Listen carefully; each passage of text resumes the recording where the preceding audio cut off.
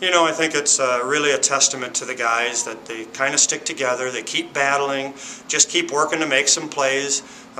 We make our share of mistakes, but the reality is we deal with the adversity of the game, and you know what, you get to the last minute of the game, as long as you have a chance to win, you like to be in that position.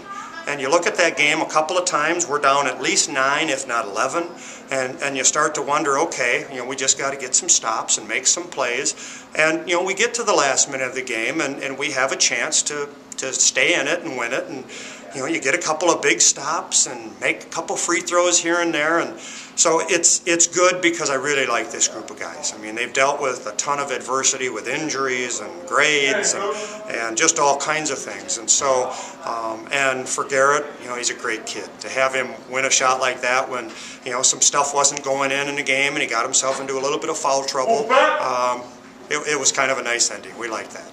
Talk about you know, this team's mindset. It had to be kind of deflating, you know, at least when you look on paper. I know Harper College hadn't won a game in conference, and they're pushing this team to the limit. So, you know, how difficult do you find that as a coach, as with the players, to keep them focused when a team that, you know, on paper at least, isn't probably supposed to beat them, is beating them for, as you said, a good chunk of the game? You know, I think in this conference, you can throw standings right out the window.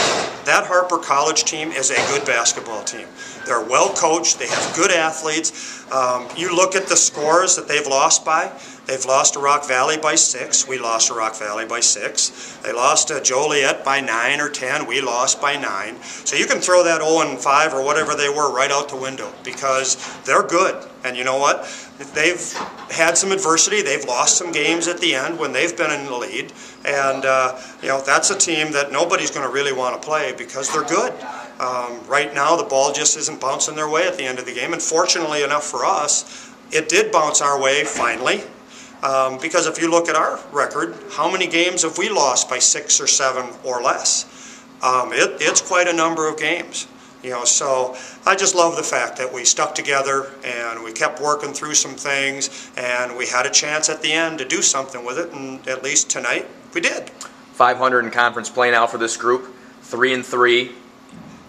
Talk about the schedule that you played now in hindsight leading into the conference and what that did for this team as conference play has now, you know, started and 6 games in. I think one of the things that we try to do is have a non-conference schedule that's really, really strong. As long as it helps us be good in our conference, yeah, obviously I'd like to win every game, but the level of competition, we're not going to win every game. But can we get better? Can we work at some things? Because for us, conference play is everything. Because then you're seeded in the conference tournament, and the conference tournament champion goes to the national tournament. You know, so the reality is I think the competition that we've played has helped us. And it's kind of like I've talked about before. Stay the course. Work hard in practice every day, get better at some things, and I think we were better at a few things today, and we still got a bunch to get better at. But, you know, you look at our conference play, and we've got some of the conference leaders coming to us the second half. And you always like to have home games against those really good teams. So, you know what, anything can happen in this conference, and it will.